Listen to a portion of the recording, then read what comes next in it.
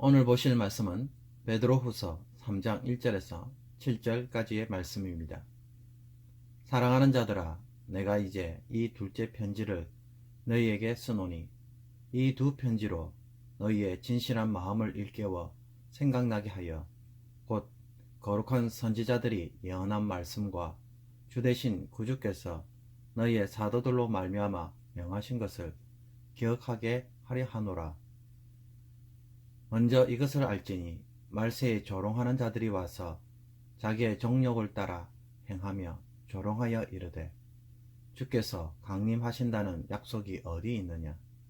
조상들이 잔 후로부터 만물이 처음 창조될 때와 같이 그냥 있다 하니 이는 하늘이 옛적부터 있는 것과 땅이 물에서 나와 물로 성립된 것도 하나님의 말씀으로 된 것을 그들이 일부러 잊으려 함이로다. 이로 말미암아 그때에 세상은 물이 넘침으로 멸망하였으되 이제 하늘과 땅은 그 동일한 말씀으로 불사르기 위하여 보호하신 바 되어 경건하지 아니한 사람들의 심판과 멸망의 날까지 보존하여 두신 것이니라. 아멘. 오늘은 주님이 탄생하신 성탄절입니다. 성탄절 아침에 성도님들의 모든 가정에 하나님이 아들을 통해 주시고자 했던 그 모든 은혜가 그대로 임하시기를 기도합니다. 또한 코로나 바이러스로 힘든 때에도 성탄을 주시는 기쁨이 여러분에게 산 소망이 되어서 위로가 되기를 원합니다. 오늘 본문은 거짓 교사들의 이상한 이야기를 다루고 있습니다. 그것은 주님이 언제 다시 온다고 약속했느냐, 만물이 창조된 이후로 지금까지 이 상태로 있는데 종말이라는 것이 도대체 어디에 있느냐라는 식으로 조롱하고 무시한 것입니다. 그러면서 선지자들이 예언하고 그리스도께서 사도들을 통해 주신 말씀을 말도 안 되는 소리로 취급해버립니다. 아마도 과거나 현재가 늘 동일하기 때문에 미래도 또한 그러할 것이라고 그들은 판단한 것으로 보입니다. 만물의 현 상태를 보고 내린 이런 판단을 우리도 틀렸다고 부정하기는 어려워 보입니다. 왜냐하면 실제로 그렇게 보이기 때문입니다. 우리 가운데 멀쩡하게 잘 사는 사람이 갑자기 내일 죽을 것이라고 말한다면 받아들일 수 있겠습니까? 혹은 내일 세상에 종말이 올 것이라고 말한다면 그것을 믿고 따를 사람이 얼마나 될까요? 노아 시대에 사람들이 방주를 짓는 노아를 조롱한 것 같이 조롱할 수밖에 없을 것입니다. 이성적 판단을 중요시하는 사람들에게는 이 모든 말이 근거가 없는 허황된 말에 불과합니다. 세상에 종말이 온다면 그것을 보여줄 증거가 있어야 하는데 그 증거가 없다면 논리적으로 문제가 있는 것입니다. 그렇다면 주님이 강림하시고 종말이 올 것이라는 것은 도대체 무슨 근거로 말하는 것입니까? 하나님이 거룩한 선지자를 통해 예언하시고 사도들을 통해 말씀하신 것에 근거하고 있습니다. 그러므로 사람의 이성적 판단이 아닌 하나님의 말씀에 근거한 판단입니다. 성도의 신앙은 바로 이 점에서 세상과 자주 부딪히고 갈등합니다.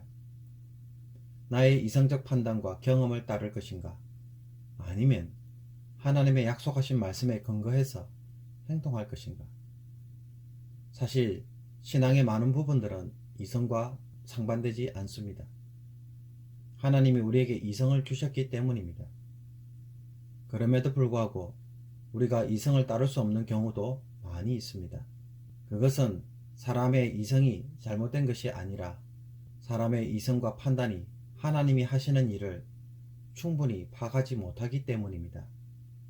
바로 이 지점에서 우리는 우리의 연약한 이성적 판단을 내려놓고 확실한 하나님의 말씀에 서야 하는 것입니다. 아브라함은 아무리 판단해 보아도 자신의 몸 상태로는 도저히 자식을 가질 수가 없었습니다. 그러면 어떻게 해야 합니까? 그 판단을 내려놓고 하나님의 약속으로 넘어가야 합니다. 그런데 아브라함은 계속 자신의 판단을 고집합니다. 만약 아브라함이 이 상태로 끝까지 고집했다면 그 결과는 무엇이겠습니까? 아마도 죽을 때까지 자식을 가지지 못했을 것입니다. 그러면 아브라함이 또 그렇게 생각할는지 모릅니다. 봐라, 내 말이 맞지. 나의 판단이 정확해. 만약에 아브라함이 이렇게 말하였다면 우리는 그 사람을 두고 다르게 말할 수밖에 없습니다. 참으로 어리석은 사람, 믿음이 없는 사람이도다 라고 말할 것입니다. 우리의 삶에서 하나님의 역사를 보게 하고 기적을 보게 하는 것은 나의 이성적 판단에서 열심히 뭔가를 하는 것에 있지 않습니다. 그것보다는 하나님의 말씀을 고집하는 것에 출발합니다. 왜냐하면 하나님은 나의 신념이나 지식, 사실에 따라 움직이시는 것이 아니라 하나님이 약속하신 말씀을 따라 그것을 성취하기 위하여 행동하시기 때문입니다. 그러므로 신앙생활이 무엇인지 다시 한번 생각해 보시기 바랍니다. 신앙은 하나님의 말씀을 듣고 이해하고 그것이 성취되도록 붙잡는 것에서 놀라운 체험을 한다는 것입니다. 그러므로 하나님의 말씀으로 기도하고 하나님의 말씀으로 살고 하나님의 말씀이 진리로 고백될 때에 하나님은 자기 말씀을 성취하기 위하여 우리 가운데에 일하시는 것입니다. 그것이 우리가 경험하는 기적입니다. 예수님이 세상에 강림하셔서 베들레헴에서 마리아의 몸을 통해 탄생하셨습니다. 마태복음에 따르면 이 모든 것은 구약에 약속된 말씀의 성취였습니다. 그분이 다시 오겠다고 말씀하셨습니다. 예수님의 초림은 우리가 심판받기 전에 구원하시기 위하여 오신 사건입니다. 그렇다면 재림은 무엇이겠습니까? 심판하러 오시는 사건입니다. 알곡과 가라지를 구분하는 사건입니다. 갈릴리 사람들아, 어찌하여 서서 하늘을 쳐다보느냐? 너희 가운데서 하늘로 올려지신 이 예수는 하늘로 가심을 본 그대로 오시리라 하였느니라. 그러므로 하나님의 말씀은 너무나 분명해서 예수님이 약속의 말씀 그 자체이며 성취의 역사로 우리 가운데 임하셨습니다. 그리고 그것이 종말을 향해 지금도 달려가고 있습니다. 이 이상 하나님이 우리에게 무엇으로 보증하실 수 있겠습니까? 코로나 바이러스가 창궐하는 이때 바이러스가 모든 것을 뒤흔드는 것처럼 보이는 역사 속에서 우리가 살아가고 있습니다. 그러나 그럼에도 불구하고 역사의 주인공은 주님이십니다. 주님이 약속을 성취하셨고 또 이루어가고 계시는 것입니다. 그러므로 우리가 무엇을 보아야 하겠습니까? 답답한 현실을 보아야 되겠습니까? 아니면 약속의 성취가 되시는 예수 그리스도를 바라보아야 되겠습니까? 오늘 성탄절 아침에 약속의 성취가 되시는 예수님 때문에 소망과 기대감을 안고 하루를 시작할 수 있기를 원합니다. 주님이 다시 오십니다. 그러므로 흥분되고 기다리는 마음으로 오늘도 거룩한 신부로 살아갈 수 있는 저와 여러분이 되시기를 주님의 이름으로 축복합니다. 아멘. 기도드리겠습니다. 주님, 즐겁고 기쁜 성탄절 아침입니다. 이 아침을 맞이하는 모든 이들에게 성탄이 주는 은혜와 평화를 주옵소서. 예수님 때문에 세상에 살만하며 힘을 얻는 하루가 되게 하옵소서. 하나님의 약속이 예수님의 탄생으로 성취된 것을 봅니다. 십자가의 구원으로 모든 민족에게 복이 주어진 것을 봅니다. 하오니 세상의 역사가 자기 마음대로 굴러가는 것이 아니라 다시 오실 예수님을 통해 완성될 것을 바라보고 오늘도 굳게 서 있는 자가 되게 하여 주옵소서. 하나님이 보증하시는 말씀으로 오늘도 우리가 살아갑니다. 세상에 흔들리지 않게 하옵소서. 현실 때문에 낙심하는 일을 함부로 행하지 않게 하옵소서. 세상을 구원하며 위로하며 치유하고 회복시키고자 이 땅에 오신 예수 그리스도의 모든 은혜가 예수님의 탄생을 기뻐하는 모든 심령들 위해 다시 한번 임하여 주옵시고 체험의 역사로 오늘도 인도하여 주옵소서. 이 모든 것 우리 주 예수 그리스도의 이름으로 기도하옵나이다. 아멘. 주기도문으로 마치도록 하겠습니다. 하늘에 계신 우리 아버지여, 이름이 거룩히 여김을 받으시오며 나라에 임하옵시며 뜻이 하늘에서 이룬 것 같이 땅에서도 이루어지이다. 오늘날 우리에게 일용할 양식을 주옵시고 우리가 우리에게 죄 지은 자를 사하여 준 것 같이 우리의 죄를 사하여 주옵시고 우리를 시험에 들게 하지 마옵시고 다만 악에서 구하옵소서. 대개 나라와 권세와 영광이 아버지께 영원히 있사옵나이다.